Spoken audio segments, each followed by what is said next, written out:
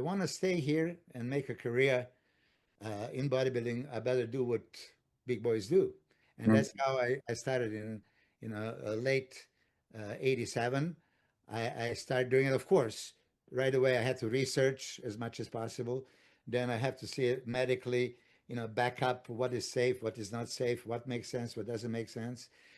And I don't know if I can talk You can definitely openly. talk Can about I? anything. I mean, King is going to tell you that also. We, back in the day, when we were on, we were on. When we were off, we were off. Absolutely.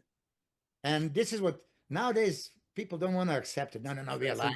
Yeah. Hold on, Milos. This is a great point that you're making right now, because previously, when you were just talking a couple minutes ago, you were talking about not getting fat, staying lean throughout the year, and all that stuff. The kids nowadays, they think you mean staying on stuff all year round. Please explain the difference between staying on stuff and cleaning out. Yes. So nutrition is one part, huge part of bodybuilding, and you should always eat only something that you want to integrate in your body. You don't put the garbage because garbage is going to go into the garbage. You don't want to be a garbage, right? Correct. So you eat clean. You put as much protein, you maintain the muscle, you build the muscle. And calories, energy, nutrients, you put according to what you're going to burn.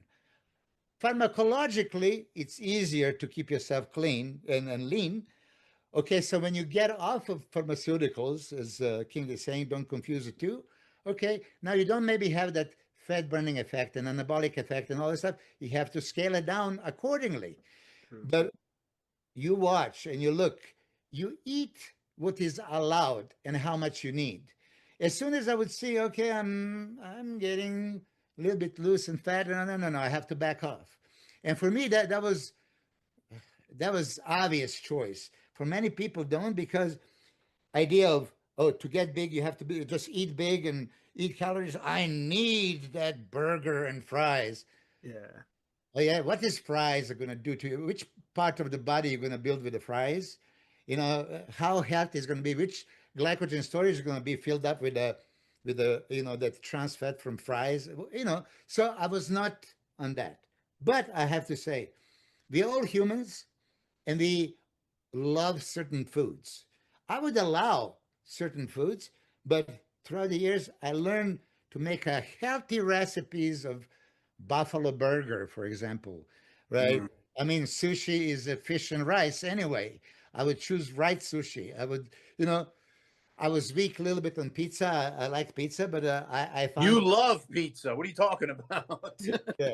Things like that. You just really make every day count. Don't count the days. There is many people right after the contest. It's like dog off the leash. Okay, now I'm gonna just eat whatever and blow up.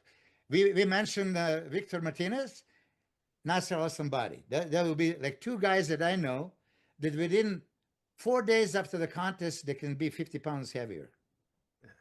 Okay, Lee Priest maybe also. How healthy is this? Yeah. That's a weakness that you allow yourself to maybe close your eyes to. No. If it doesn't benefit you, don't do it. So let me play devil's advocate really quick, because this is what we do here. This is not, I like Dennis James. I love Chris Cormier, but they play these games with you when you talk to them, and they like to mess with you. I don't mess with you. We go straight to the root. I'm going to play devil's advocate. I'm watching, let's say I'm a 19, 20-year-old kid. I'm watching Sam Sulik eat ice cream, Rice Krispie treats, this and that. Rich Piana was doing Ben and Jerry's and this and that.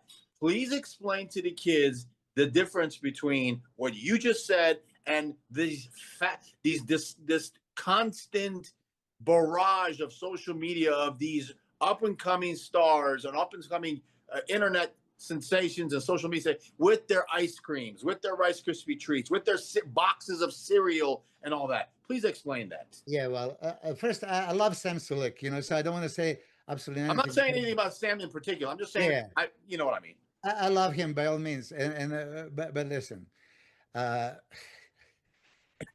when somebody can get away with something, and that's what they're doing, right? It's just like jumping from a high-rise building, and it feels great when you're falling down until you hit the You bottom. got down. Right? Yeah. This is how it is. Getting away with it, cheating. Okay, the word cheating, it should not be allowed in your vocabulary. Why would you cheat yourself? Okay, Right. so the guys, what is in the ice cream? What is in the French fries? What is in all this garbage food gonna do to your body? Do you love yourself or you respect yourself? Your body is your self-respect. If you disrespect your body and put the garbage, don't blame it later, especially accumulation of few years of that. Then you're gonna see how it's gonna backfire when you're older. Uh, I'm gonna say this: bodybuilders are probably the most disciplined people, and sport would be the most disciplined if everybody does what they're supposed to. And then we have those guys that basically put us down, you know. And some other athletes would look, but didn't you see just Rich Piano say this and that, or you know? Yeah, but that's not the standard, and that's the material that they want to have a content and be interesting. And then, Right. do you really want other people to follow that advice? That's the wrong advice. Right. It should never, you know, make it to the media, basically. Right. So, King, you know me. If I say something, I said every day, 3 o'clock in the morning, you can wake me up. I'm going to repeat because I believe it and I want to make a difference, positive difference. When somebody tells me, Milos, but I really crave something, occasionally I'm going to say, okay, have what you crave, get out of it, you know? So it's not like I never allow, you know, junk food. I mean, of course, but if you do it occasionally and it's for purpose of, you know, mental stability and I need it, go have it. Now just to throw that in, like if you like sweets, for example, or you like some fats, sweets I would have post-workout. Right. If it's post-workout sweet that doesn't have much fat, it's allowed. Why not? Dennis James back in the day, Gustavo Badell, Dennis Wolf, you know, the Ben Pakulski, whatever. Post-workout, what do you like? Dennis liked pancakes and waffles, and Gustavo would like cookies, oatmeal cookies with dextrose and banana and dates yeah, okay. At that time, it's allowed. So if you have this pretty much after every workout, you don't crave it anymore, right? Now, fats, what kind of fats? Maybe okay, if you like burgers kind of stuff, buffalo burger or lean. I would buy the leanest meat, London broil cut. But I would ground it, and then you can ground beef with the turkey, and then make a patties.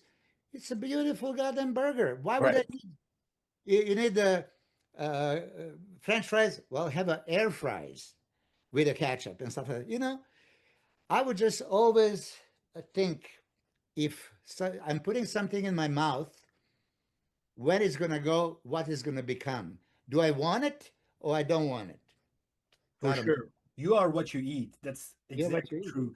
And do you think all these influencer doing these things like for views, or they actually doing those things? They eating ice cream, they eating like whole gallon of milk and cereal and those kind of stuff. I mean, I don't believe that Sam Sulek would like lie about it, and maybe you know, when you're younger, when you're a teenager, you can pretty much get away with a murder. Okay, Right. so I'm sure King that you were eating big, and you know we could get away because we were active. Metabolism is boosting, your hormones are boosting, and maybe you can get away with it, right? But getting away with it, is this 100% beneficial, No. or you just get away with it? For me, is you can minimize, optimize, or maximize. If you compromise in any which way like this, you're not maximizing. I want to maximize, like here in these journals. Good day, I check. Good day, good day, good day, good day. I had maybe 2, 3 days a year when I wouldn't have a check mark. That I consist. fail myself because maybe I went out and wanted to eat something and stuff like that. But when you have that check mark security, you know, I did my job. True. You're peacefully going to bed knowing that next day you're going to wake up better. Yeah. Yeah, but one of the things that we have to factor in, especially for the Iranian people, Milos, you have to understand, we in America, cheat meals are hamburgers and French fries and hot dogs and nachos and Taco Bell. And Iranians go straight to Persian food for their cheating.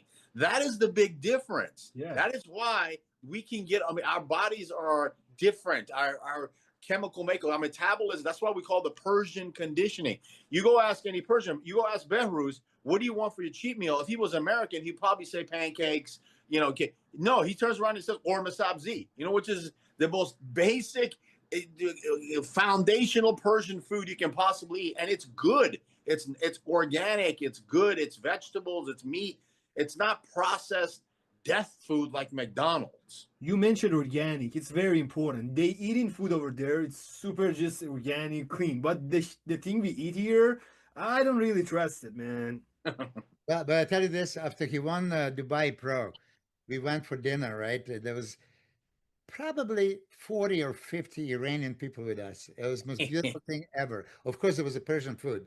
That was a feast. I loved, I mean, I don't remember when was the last time I ate that much, right? They eat And so of Join course- the club. Join Yeah. the club, my friend. Yeah, I mean, this is probably maybe about Persian food. You can have a little. It's not possible. It's not possible. It's impossible. So we were killing it, but the most memorable thing was because was right next to me, and we were eating, and then he got the phone call. Boom, Hadi Chapan called him to congratulate him, and then to congratulate me, and it was one of those moments I'll never forget. You know, that was the most beautiful thing. You know, Nice. so, yeah. Milos, you shared the stage, which I believe, and I've said it 1,000 times, the 1990s. And I've sent you pictures all the time. Once in a while, I'll send you pictures, and I always say, what do I say under it? We'll never see this again. We'll never see this again. And you always come back with a very respectful comment. But you know, and I know that we won't ever see that again. You competed against Yates, Coleman, Flex, Lavroni, Sean Ray, Paul. In your opinion, who was the toughest guy for you? Who did you look at as, I got to beat this guy? Well, King, unfortunately, as you said that, and you can add Chris Cormier, and you can get Paul Dillette, you can beat the Reese, whole and gamut the of list goes on. Charles Claremont, I mean, Andreas Munzer, you know, the list goes on and on and on. Unfortunately, and you see, this may be not going to sound too good. King, you have a winner's mentality, and I love that about you. You really believe you can beat everybody. I knew kind of my limits, you know, when I've seen Flex Wheeler, I said that beautiful body is like flawless, like Jesus Christ, like can I really beat him? You know, I was training to be the best I could be, but I knew that okay, he has advantage. Kevin Levroni, you know, one of my favorites, right? Uh, I managed to beat Kevin once, actually, and I'm so proud of this. And then when I've seen the video afterwards, I said, "How in the hell did I beat him? I didn't deserve it," you know. You're too hard on yourself, man. You know, one of those things. Sean Ray, spectacular, right? This is a spectacular physique, you know, smaller, but hashtag bodybuilding. And then you see the Dorian and Nasser and then Ronnie. I didn't really train to beat any of those guys. Believe me, people don't believe me this. I won 1 out of 72 shows. 71 time I was a loser. I never felt a loser. I know it's a little bit different mentality. In Iran, I know that you guys live for a victory and second place is the first loser. Yeah, I understand that.